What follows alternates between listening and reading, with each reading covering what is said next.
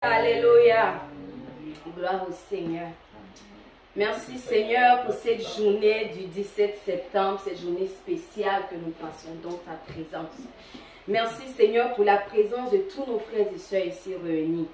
Éternel, le cantique dit, je me livre totalement. Aujourd'hui nous venons Seigneur, nous nous livrons totalement Seigneur. Car nous savons que c'est toi qui mènes nos vies, c'est toi le bon berger dans nos vies. Éternel, prends le contrôle de cette prédication.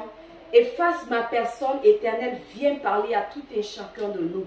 Tu dis que dans Actes chapitre 2, que tous ceux qui croyaient étaient dans le même lieu. Ils s'exhortaient, ils échangeaient, ils parlaient de toi et les âmes venaient encore à toi et s'augmentaient. Père, je prie que ce soit pareil pour nous. Qu'aujourd'hui, Seigneur, lorsque nous allons sortir d'ici, que nous soyons des disciples, que, Éternel Dieu, tu vas utiliser, Père, pour gagner ce monde à toi.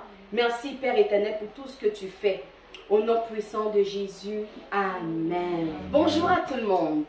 J'espère que vous allez bien. Moi, je vais bien par la grâce de l'Éternel. Aujourd'hui, nous allons parler de l'Éternel regarde au cœur. C'est notre terme du jour, l'Éternel regarde au cœur.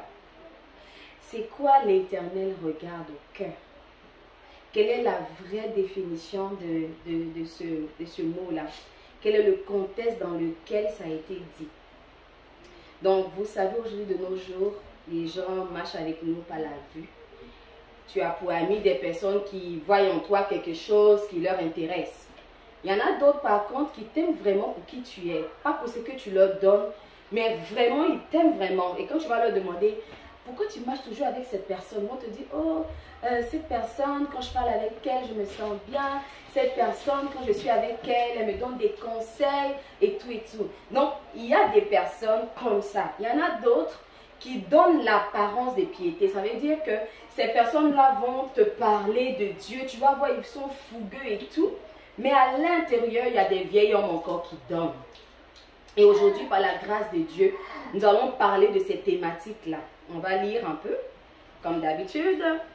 Et c'est vraiment bizarre de nos jours, c'est qu'on se laisse beaucoup fasciner par des personnes qui ont ces apparences-là de piété. Ces personnes qui parlent de Dieu, mais au fond, n'ont rien de Dieu. Quand tu rentres dans leur intimité, c'est là que tu te rends compte que, oh, ce que je vois à l'extérieur n'est pas ce que je vois à l'intérieur. Et souvent, nous voyons que certaines personnes perdent la foi. Et surtout, ce qui est encore plus blessant, c'est quand on voit que c'est certains serviteurs et servantes de Dieu qui donnent vraiment cette apparence. Et quand tu rentres, tu te rends compte que, oh, ok, moi, je ne vais plus à l'église.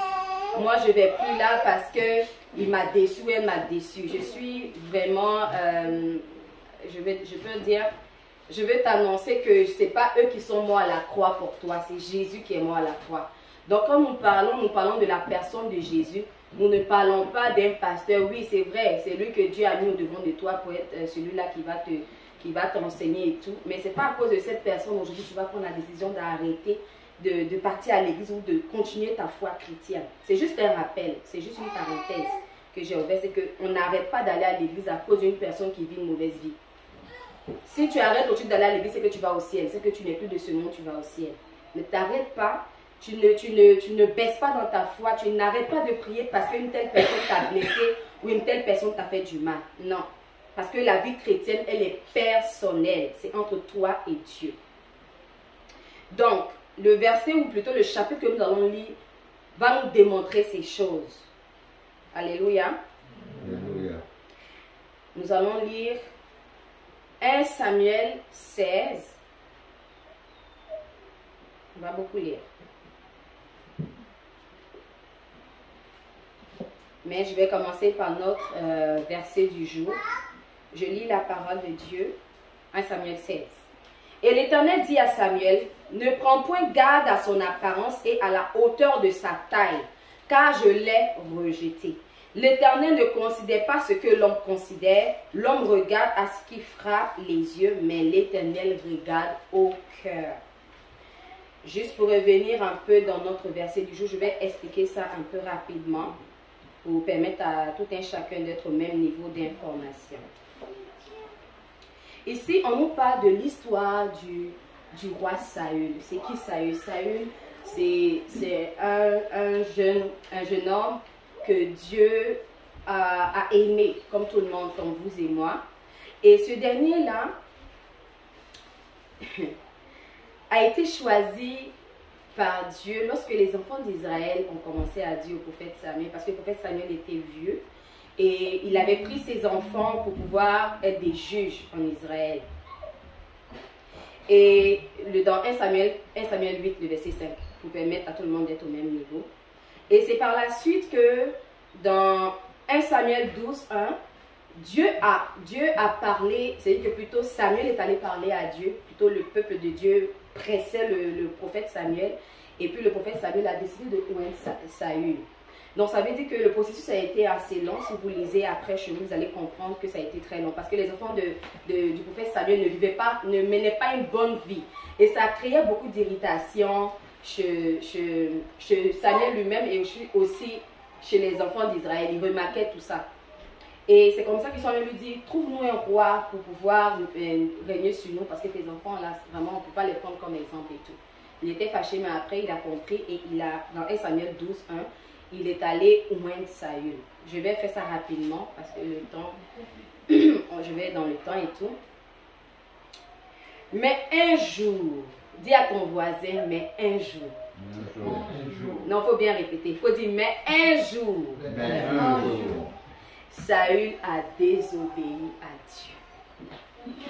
Et nous pouvons le lire dans 1 Samuel 15, le verset 1 à 35, c'est long. Nous pouvons voir que ça a été un choc pour le prophète Samuel. Parce que Dieu avait dit à Saül, a donné les conseils à Samuel, de dire à Saül d'aller vouer un pays à l'intérieur. Ça veut dire d'exterminer le roi et tout ce qui est dedans. Mais malheureusement, il s'est laissé conduire par la vue. Il avait peur. Parce que quand le prophète Samuel lui a demandé, il a dit, ah, j'avais peur du peuple et tout, de comment ils m'ont pensé et tout. Et puis il a gardé les brebis qui étaient bien en forme. Et puis ceux qui étaient chétifs, il les a tués, il les a envoyés à l'interdit. Et puis le roi qui devait exterminer, il n'a pas exterminé. Et l'Éternel, ça veut dire qu'à l'instant, quand il a pensé même garder les brebis, Dieu a commencé à parler à son coin. Samuel, il lui a dit, je me répands d'avoir créé l'homme, parce que je lui avais donné tout, et puis il vient de me désobéir. Et par la suite, Dieu dit au prophète Samuel, quand nous lisons 1 Samuel 16, 1, il dit, l'Éternel parla au prophète Samuel et dit, là nous revenons dans notre chapitre du jour, l'Éternel dit à Samuel, quand cesseras-tu de pleurer sur Saül? Je l'ai rejeté afin qu'il ne règne plus sur Israël. Remplis ta corne d'huile et va. Je t'enverrai chez Isaïe Bethléemite, car j'ai vu parmi ses fils celui que je désire pour roi. Alléluia. Imaginez-vous cette information, le choc que ça va faire. Et le prophète Samuel aimait beaucoup Saül. Il pleurait tout le temps. Il voulait vraiment que Dieu vraiment fasse un miracle. Mais malheureusement, l'Éternel a choisi une autre personne. Donc le prophète Samuel a obéi. Il s'est levé et il est parti dans la famille de David. Arrivé là-bas, le papa de David a envoyé 7 de ses fils les plus beaux. Quand nous lisons dans 1 Samuel 16, le verset 10, c'est toujours dans le même chapitre. Dans le verset 10, on nous dit ici, Isaïe fit passer ses 7 fils devant Samuel, et Samuel dit à Isaïe, l'Éternel n'a choisi aucun d'eux. Imaginez le choc. Tu envoies 7 de tes fils, ils sont beaux, ils sont bâtis, ils ont tout, et puis Dieu te dit, je les point choisis. Et par la suite, nous pouvons lire que l'Éternel, le verset 7, l'Éternel dit à Samuel, ne prends point garde à son apparence. Lorsque les 7 ont commencé à défiler, on dit qu'ils étaient beaux. Mais l'Éternel dit, ne prends point garde à son apparence et à la hauteur de sa taille, car je l'ai rejeté. Et il dit, l'Éternel ne considère pas ce que l'homme considère. L'homme considère ce que l'homme considère. L'homme regarde à ce qui frappe les yeux, mais l'Éternel regarde au cœur. Aujourd'hui, même dans les choix de conjoints, c'est malheureux, oui. Mais très souvent, quand j'écoute certaines personnes que l'Éternel m'a fait grâce d'écouter ou d'encadrer, quand je leur demande c'est quoi le choix de ta conjointe ou de ton conjoint, tu les entends dire, oh moi je veux une femme belle, avec une belle rondeur, grand détail, clair. Et tu vois souvent d'autres dire, ah moi je veux un homme grand, un homme qui a l'argent, un homme qui a ceci. Mais après ils vont te mettre qui craint Dieu vers la fin généralement. C'est quelque chose de très profond. Mais malheureusement, même, je vais aller encore plus loin, même dans les affaires que nous faisons, dans les business que nous faisons, très souvent, l'Éternel nous demande de faire, ou bien plutôt on a à cœur de faire quelque chose, on a prié, on a dit à Dieu, Seigneur, je veux faire telle chose. Et puis j'ai mon petit frère, j'ai ma soeur ou j'ai ma cousine, mais j'ai une amie qui est là, je vais faire avec. On ne prend pas la peine de demander à Dieu de sonder le cœur de cette personne. C'est comme tu montes dans une voiture et puis toi-même tu décides de rouler la voiture. Toi, si tu mets les pieds et puis tu roules, pourtant tu sais que où tu t'en vas là, tu ne connais pas, ça te prend un GPS. Je vais prendre de cet aspect pour que nous comprenions. Dieu est notre GPS. Donc du moment où tu te décides d'aller faire des affaires avec quelqu'un ou entreprendre quelque chose, ton GPS doit être Dieu. C'est lui seul qui va t'orienter, qui va te montrer le cœur de la personne. Mais malheureusement, on est tellement pressé, on ne sait pas par quoi. On n'a pas le temps d'aller demander à Dieu dans la prière. Oh non, c'est un architecte. Oh non, c'est un pasteur, il a la crainte de Dieu, il prie et tout et tout. Non, c'est pas grave, je vais quand même essayer. Et puis, à ta grande surprise, c'est le chaos total. Tu n'as pas pris le temps de demander à ton GPS, ça te prend combien de minutes pour arriver là-bas? Où est-ce que tu dois passer et tout. C'est la même chose avec Dieu. Quand tu décides de faire quelque chose avec Dieu ou quand tu décides d'accepter Jésus, il doit être le capitaine de ta vie. Il doit être celui-là qui va même, parce que souvent tu peux voir une belle personne, mais son intérieur n'a rien de Dieu. Mais malheureusement, on prend un clochard ici à Montréal, on l'habille bien, on le dépose en Afrique, mais imaginez un peu ce qui va se passer.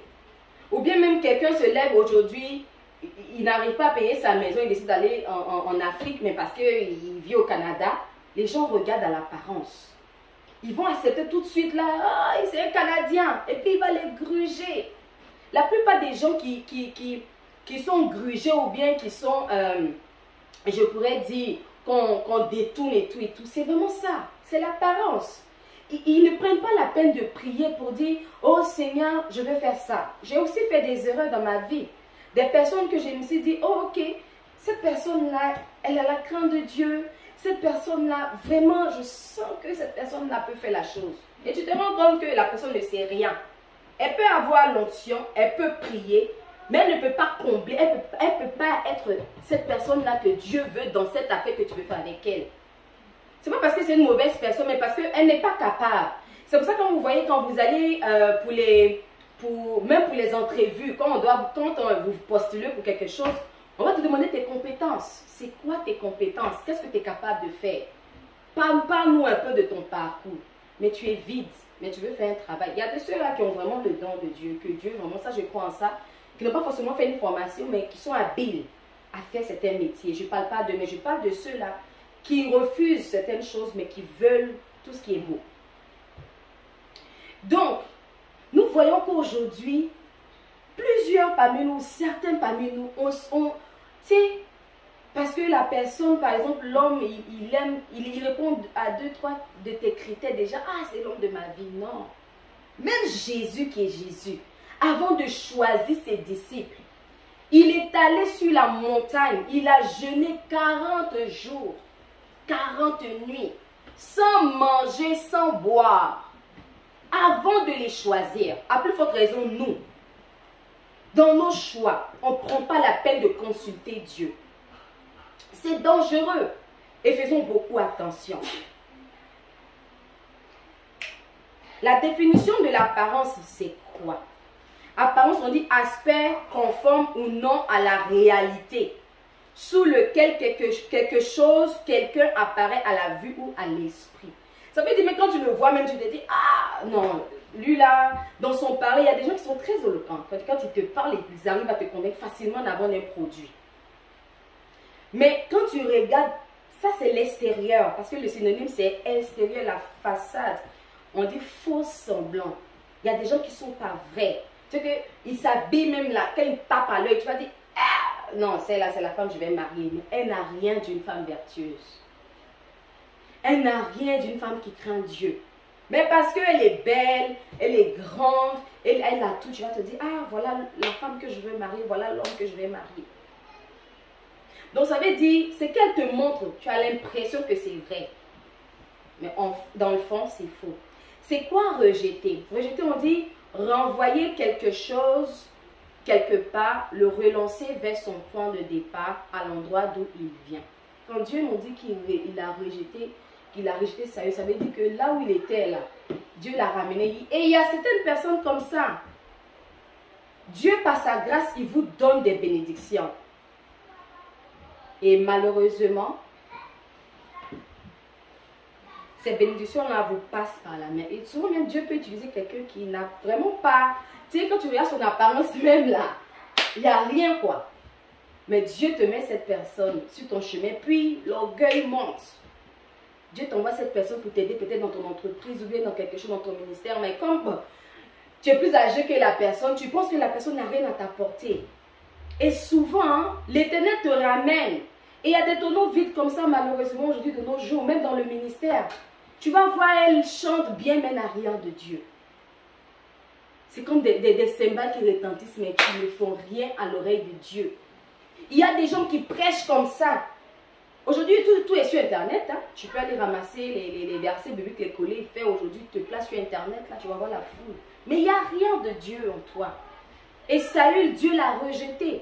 Dieu l'a ramené à la case départ. Pourtant, quand tu lis bien son histoire, ce n'est pas quelqu'un qui était considéré. Même quand on l'a élu roi, même il y a des gens qui ont refusé de lui donner des offrandes. Parce qu'ils ne voyaient pas être un roi pour eux. Il avait déjà, le peuple l'avait déjà rejeté, certains l'avaient déjà rejeté. Mais Dieu ne regarde pas à l'apparence, Dieu regarde au cœur. Et quand nous lisons bien dans 1 Samuel, je crois 10, 11, on dit que quand l'homme de Dieu a dit, il a dit ça avant que je n'ai pas si dit, lorsque Samuel a fini de parler avec Saül, on dit que instantanément le Saint-Esprit l'a saisi. Le Saint-Esprit l'a saisi, il a eu un cœur nouveau. Il est devenu une nouvelle personne parce que même quand il a commencé à prophétiser, les gens disaient, mais attends, est-ce que c'est le même jeune qu'on voit là? C'est lui qui a changé. Quand le Saint-Esprit est en toi, pourquoi on dit que Dieu regarde au cœur? Parce qu'un homme qui doit être selon le cœur de Dieu, c'est un homme qui aime les choses de Dieu. Dieu veut se plaire en toi.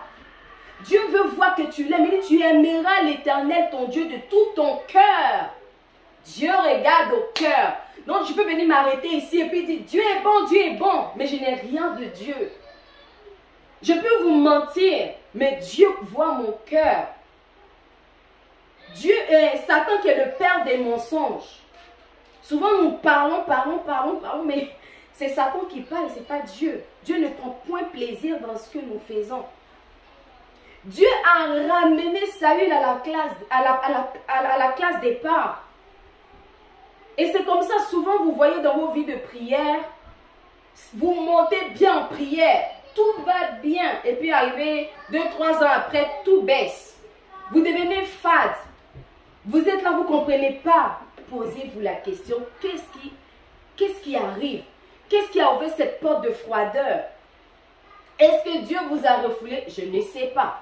Heureusement que le sacrifice de Jésus à la croix, là, c'est, je dis là, parce que là, nous sommes dans l'Ancien Testament.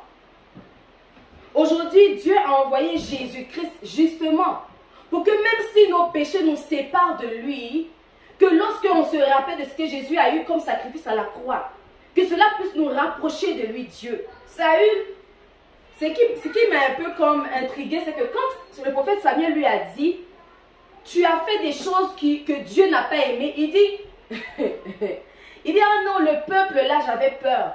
Tu sais, il n'a même pas eu un cœur de repentance. Et moi, je pense que s'il était cessé dans sa repentance, l'Éternel allait lui faire grâce. Parce que David a fait pareil. David a tué. Mais Dieu l'appelle l'homme selon son cœur parce que David a reconnu qu'il avait péché. Donc pour que tu sois un homme ou une femme selon le cœur de Dieu, il faut reconnaître que d'abord tu es pécheur. Il faut reconnaître que sans Christ, sans Dieu, tu n'es rien. Saül, il a mis la faute sur quelqu'un d'autre. Il a dit c'est le peuple là.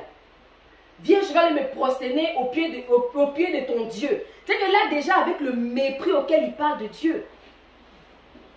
Aujourd'hui, nous n'avons aucune crainte de Dieu. Quand une personne vient parler de... On parlait de ça le matin avec maman Francine et son mari. Aujourd'hui, les gens... Il y a tellement de prophéties qui pleuvent de partout. Les gens n'arrivent plus à avoir le discernement. Pour être l'homme ou la femme de Dieu, il faut avoir un esprit de discernement. Le Saint-Esprit va t'emmener à dire cette prophétie vient de moi ou cette prophétie ne vient pas de moi. Il faut discerner. La croyance que Dieu regarde au cœur plutôt qu'à l'apparence physique est fondée sur plusieurs enseignements bibliques. Je vais juste vous expliquer juste 5 et des versets à l'appui, on ne va pas lire tout, mais je vais donner quelques-uns. Donc comme je disais, la priorité de la foi et de la droiture intérieure. La Bible enseigne que Dieu attache une grande importance à la foi, à la droiture et à la pureté du cœur. L'apparence physique n'est pas le critère principal de jugement. Donc, comme on avait dit dans 1 Samuel 16, 7, Dieu ne prend point garde à l'apparence. Bien-aimé, tu peux nous mentir. Tu peux venir ici parler en langue. Tu peux venir ici prêcher. Mais quand tu es dans les 4 murs de ta maison, tu sais ce que tu fais. Tu regardes les films pornographiques.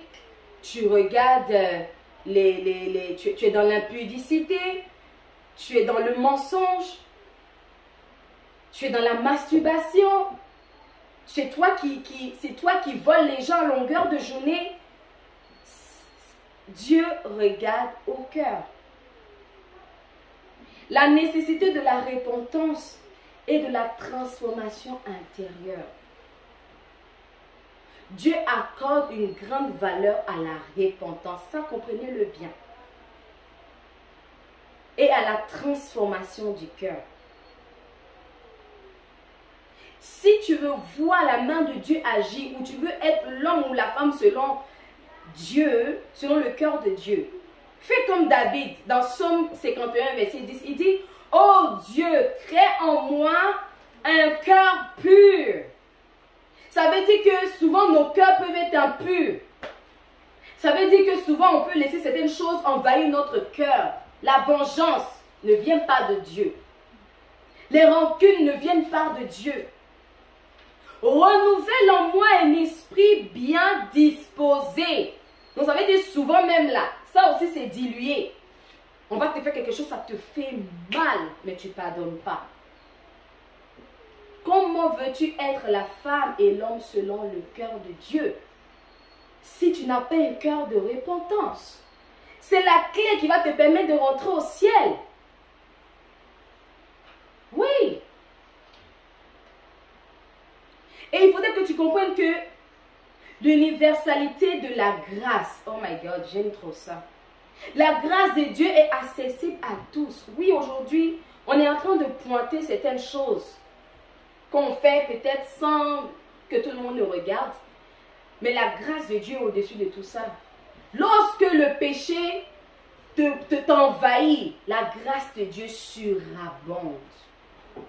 C'est que malgré même que tu continues de pécher, comme je disais dimanche passé, Dieu continue de t'aimer. Il continue. Dieu ne veut pas que tu meurs sans avoir eu l'occasion d'expérimenter cette grâce qu'il t'a donnée. On dit qu'elle est accessible à tous. Quel que soit ton origine, quel que soit ton statut social, quelle que soit ton apparence physique. Dieu regarde au cœur de chaque individu. Ça veut dire que nous tous qui sommes assis là, que tu sois monsieur et madame mariés, collés, chimentés, comme on le dit.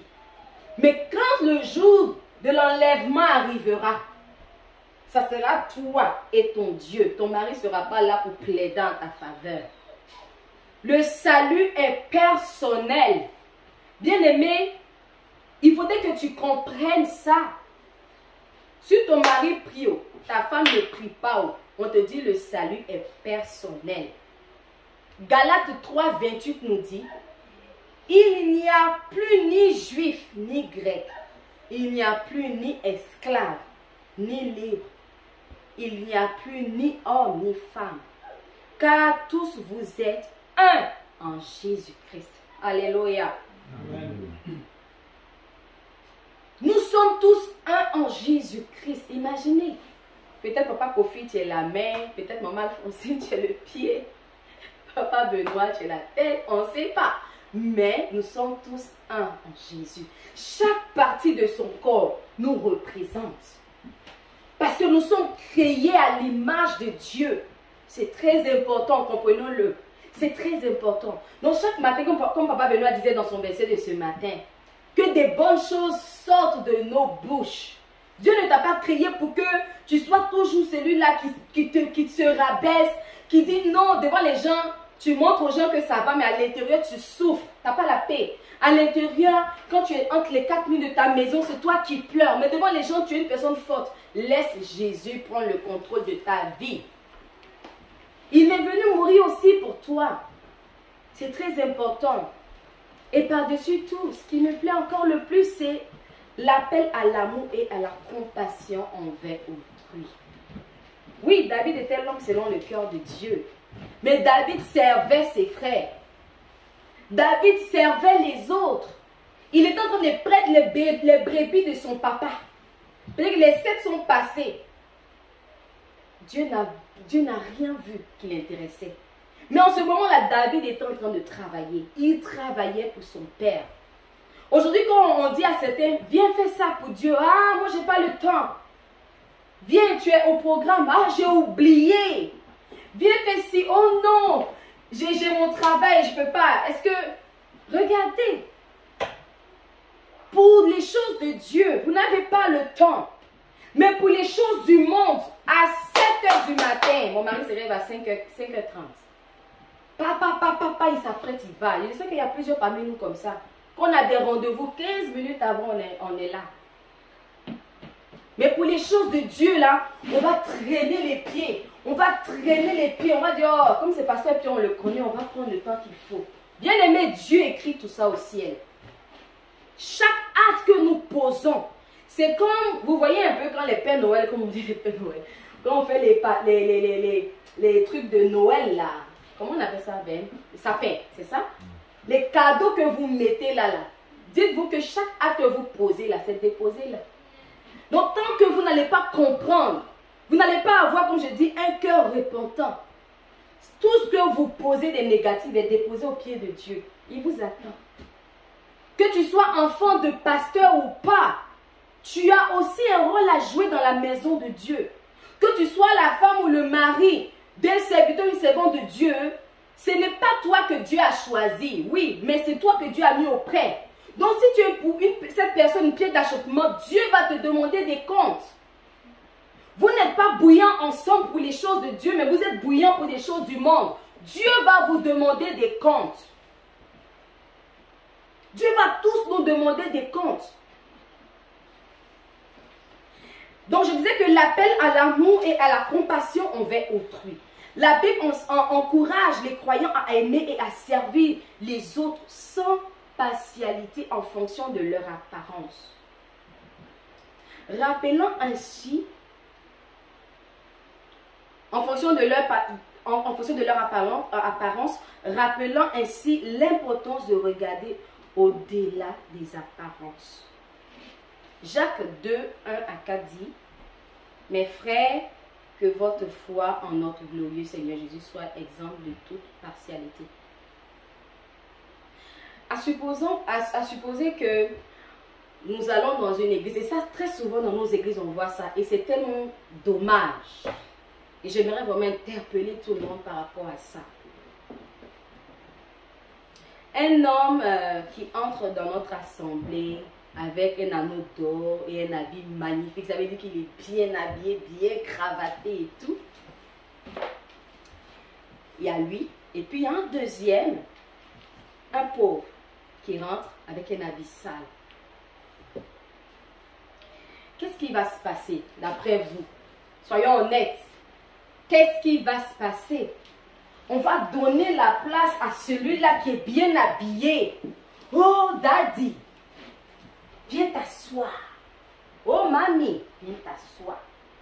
Mais quand le pauvre arrive, vous ne le mettez pas en avant, vous le mettez en arrière. Regardez, quand on vous dit l'homme regarde à l'apparence. J'ai plusieurs fois vu des films où des boss se sont habillés en rien. Et puis, ils arrivent quelque part, les gens servent plus ceux qui sont bien habillés. À leur grande surprise, c'est celui qui n'est pas bien habillé, là. C'est lui-même qui a l'argent plus que l'autre. Quand est-ce qu'on va arrêter de juger les gens par leur apparence? Quand est-ce que cela va s'arrêter? Et généralement, moi ça m'est plusieurs fois arrivé en tout cas. Donc, on est habitués, mon mari et moi. La plupart du temps même là. Quand moi je suis là, non. Mais quand mon mari est avec moi, je suis beaucoup considérée. J'ai dit, ok, on va aller avec ça. Cité de la foi authentique. La foi authentique en Dieu ne dépend pas de l'apparence extérieure, mais du cœur. Toujours on revient avec le cœur. Dieu cherche une foi sincère et profonde qui dépasse l'apparence. On va lire Romains 10, 10. Si quelqu'un a trouvé, il peut le lire. Romains 10, 10. Car c'est en croyant du cœur qu'on parvient à la justice, et c'est en confessant de la bouche qu'on parvient au salut selon ce que l'Écriture dit l'Écriture. Verset 11. Quiconque croit en lui ne sera point confus. Alléluia. Alléluia. Il faudrait que tu apprennes à croire en Dieu. C'est très important. Il faut croire en Dieu. Marc 8, 36 nous dit quoi? Et que sait-il à un homme de gagner tout le monde s'il perd son âme? Devant les gens, tu vas nous montrer que tu connais tous les versets de la Bible. Tu peux prier en langue. Mais ton âme se perd. C'est pas seulement ce verset n'est pas juste adressé aux païens, même aux chrétiens. Que sait-il à un homme de gagner tout le monde s'il perd son âme? Si ton âme est perdue, bien aimé, c'est que tout ce que tu as fait sur la terre, c'est en vain. C'est en vain. Que Dieu ait pitié de nous. Et que toi qui vas écouter ce message, que l'Éternel puisse parler à ton cœur. Tu as besoin de ces choses pour grandir dans la foi. Matthieu, on va finir avec ça. Matthieu 7, verset 21 à 23. Ceux qui me disent Seigneur. D'abord, verset 20, il dit, c'est donc à leurs fruits que vous les reconnaîtrez. Oui, quelqu'un peut venir te faire des miracles, faire des trucs, mais ce n'est pas ses fruits. Tu verras si il est de Dieu ou pas. Ceux qui me disent Seigneur, Seigneur, n'entreront pas tous dans le royaume des cieux, mais celui-là, seul, qui fait la volonté de mon Père qui est dans les cieux. C'est quoi faire la volonté de ton Père? C'est d'aimer ton prochain, d'avoir un cœur de repentance et de croire que la grâce de Dieu faite dans ta vie là n'est pas juste en vain. Verset 22. Plusieurs me diront en ce jour, Seigneur, Seigneur, n'avons-nous pas prophétisé par ton nom? N'avons-nous pas chassé des démons par ton nom? Et n'avons-nous pas fait beaucoup de miracles par ton nom? Oh Seigneur Dieu, aie pitié. Alors je leur dirai ouvertement, je ne vous ai jamais connu. Retirez-vous de moi, vous qui commettez l'iniquité. Alléluia. verset 24, c'est pourquoi quiconque entend ces paroles que je dis et je les mets en pratique, sera semblable à un homme prudent qui a bâti sa maison sur le roc. Bien-aimés,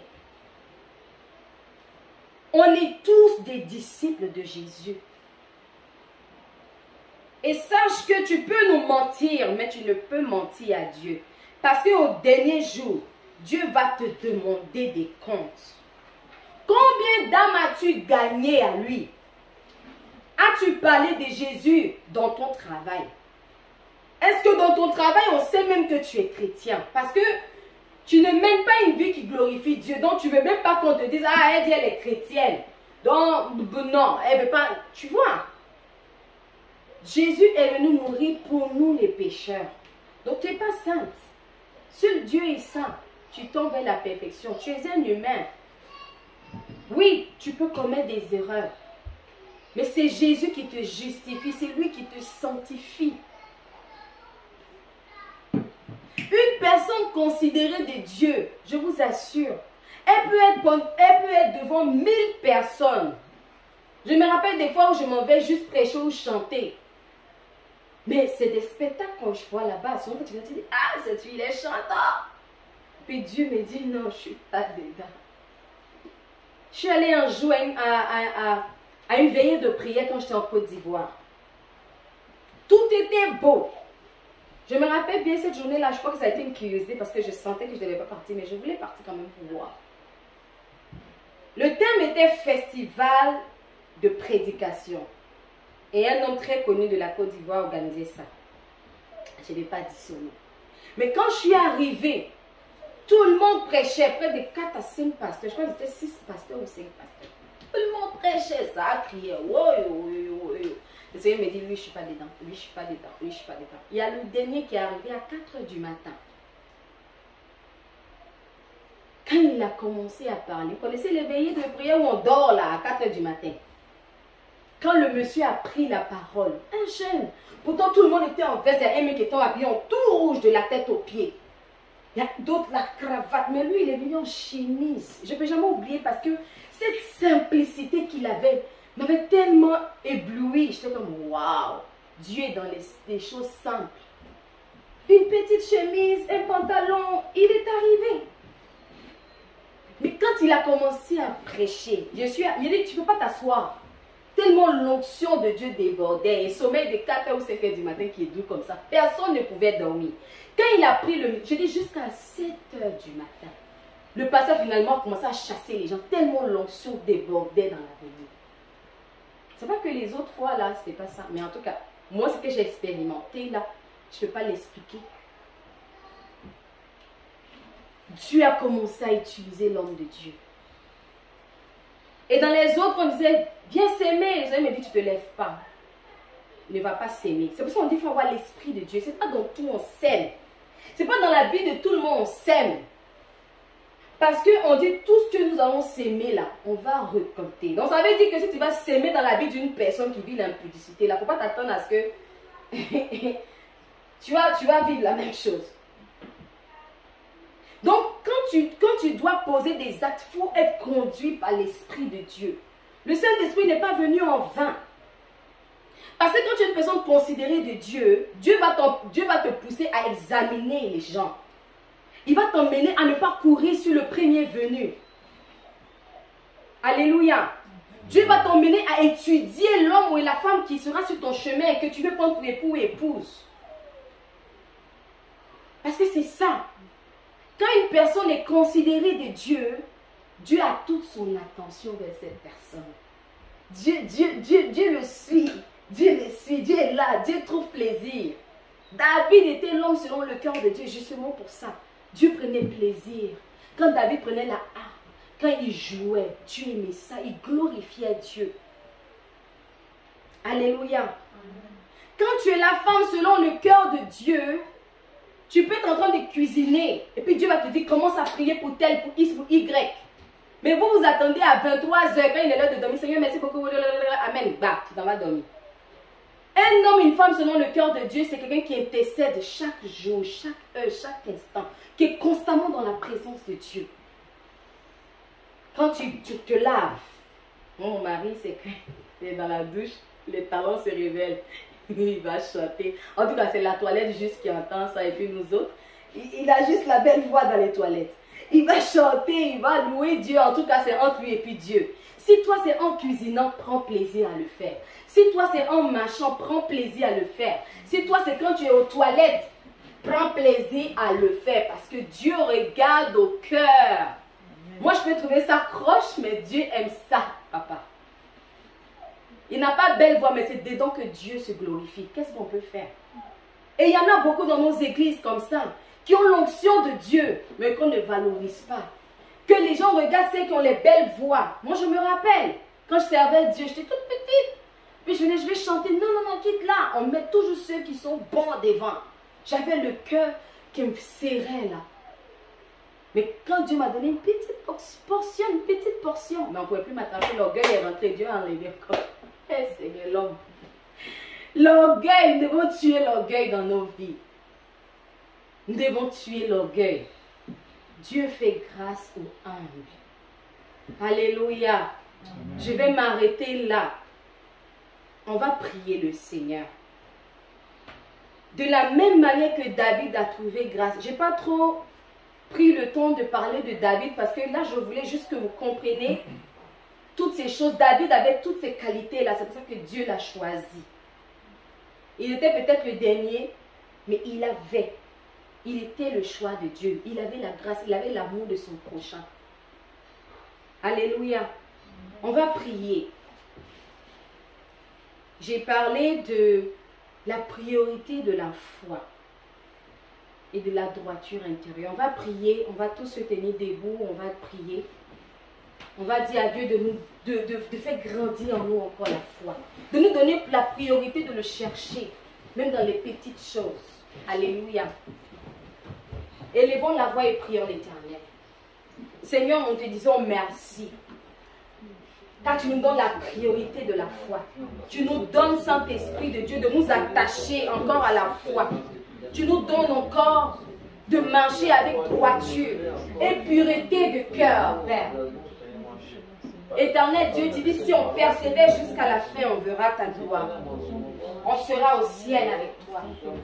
Père, je prie que tu enlèves, Saint-Esprit de Dieu, tout ce qui n'est pas de toi. Et que tu nous donnes d'avoir la foi. Tu dis que, Père éternel Dieu, nous pouvons déplacer des montagnes si nous avons la foi. Seigneur, nous voulons dans cette nation déplacer les montagnes. Nous voulons, Père éternel, dans cette nation gagner des âmes à toi. Donne-nous d'avoir la foi au nom puissant de Jésus. Au nom puissant de Jésus. Merci mon Dieu, mon roi. Merci Seigneur Jésus, que ton nom soit béni. Alléluia. Nous allons prier de la nécessité de la repentance et la transformation intérieure. Tu vas dire à Dieu de venir transformer ton cœur. Si tu reconnais que tu n'as pas été à ton poste, si tu reconnais que tu n'as pas fait les bonnes choses, tu vas demander pardon à Dieu, que Dieu vienne transformer ton intérieur. Si tu n'obéis pas aux principes, comme Saül a fait, il a désobéi à Dieu. Tu vas dire à Dieu, Seigneur, si j'ai désobéi, si je n'ai pas obéi à mes parents, je n'ai pas obéi à mon patron, Seigneur, je te demande pardon, viens et transforme mon intérieur. Élève la voix et prie l'Éternel. Père, nous prions que tu nous donnes d'avoir un cœur de repentance. Viens, Seigneur, nous transformer. Viens nous transformer. Viens nous remplir, Seigneur, d'un amour éternel, Dieu de gloire, pour le sacrifice à la croix. Que nous devons comprendre que nous avons besoin de toi. Pour être sauvés, nous avons besoin d'avoir un cœur de repentance. Éternel Dieu de gloire, nous prions pour toutes ces personnes-là, Père, qui ont du mal à pardonner, qui ont du mal à écouter, à obéir à ta parole. Seigneur, donne à ces personnes le pouvoir éternel, marcher selon tes voies et tes principes. Nous voulons être obéissants et obéissantes à ta voix. De ton nom béni, tu dis, si nous obéissons, voilà les bénédictions qui vont nous accompagner. Éternel, nous prenons la décision aujourd'hui, Seigneur Dieu, de pouvoir être obéissants et obéissantes à ta parole, d'enseigner cela à nos enfants, à nos arrière-petits-enfants, d'enseigner autour de nous au travail, au nom puissant de Jésus-Christ que j'ai ainsi prié. Amen. Nous allons prier aussi que Dieu nous donne sa grâce. Qu'on reconnaisse que la grâce de Dieu est là pour nous justement. Donc on va prier, tu vas dire Seigneur, donne-moi de vivre ta grâce, de vivre tout ce que tu m'as donné, de croire que tu existes dans ma vie. Élève la voix et prie l'Éternel. Seigneur, nous prions. Tu dis, il n'y a ni juif ni grec, Seigneur. Et que, Éternel, nous sommes tous un en toi, Jésus-Christ. Nous prions. Au nom de ton Fils Jésus, Père, nous venons vers toi. Et nous déclarons que cette grâce nous accompagne dans nos activités, dans nos ministères, dans nos familles. Que ta grâce surabonde sur nous. Lorsque le péché abonde, ta grâce surabonde. Que, Éternel, ta grâce surabonde dans ma vie, dans mon ministère, Seigneur, dans tout ce que j'entreprends. Au nom puissant de Jésus-Christ. Merci, Saint-Esprit de Dieu, pour tout ce que tu fais. Merci, Père, que l'honneur et la gloire, Éternel Dieu de gloire, soient dans nos vies. Au nom puissant de Jésus-Christ. Tu vas prier le verset, la prière qu'on va faire, tu vas dire à Dieu que Dieu te donne d'avoir l'amour et la compassion envers ton prochain. Alléluia. Élève la voix et prie l'Éternel. Seigneur Dieu, nous prions que tu nous donnes d'avoir l'amour et la compassion envers notre prochain. Éternel, tu dis même si on donne tous nos biens aux veuves, aux orphelins, aux gens, mais si nous n'avons pas d'amour, Éternel, tu nous vois, nous sommes des cymbales retentissantes. Éternel, nous voulons démontrer de l'amour, même dans les petites choses. Nous voulons, Saint-Esprit, montrer au monde que, Éternel, tu nous as aimés le premier. Ton sacrifice, Jésus, à la croix n'est pas vain. Éternel Dieu, tu as envoyé ton Fils pour nous, pour que nous soyons sauvés. Donne-nous de pouvoir aimer, d'aimer et de toujours démontrer, Éternel, cette grâce, Seigneur. Merci, Père éternel, que l'honneur et la gloire te reviennent au nom puissant de Jésus-Christ. Amen. Je vais prier. Seigneur, je te rends grâce.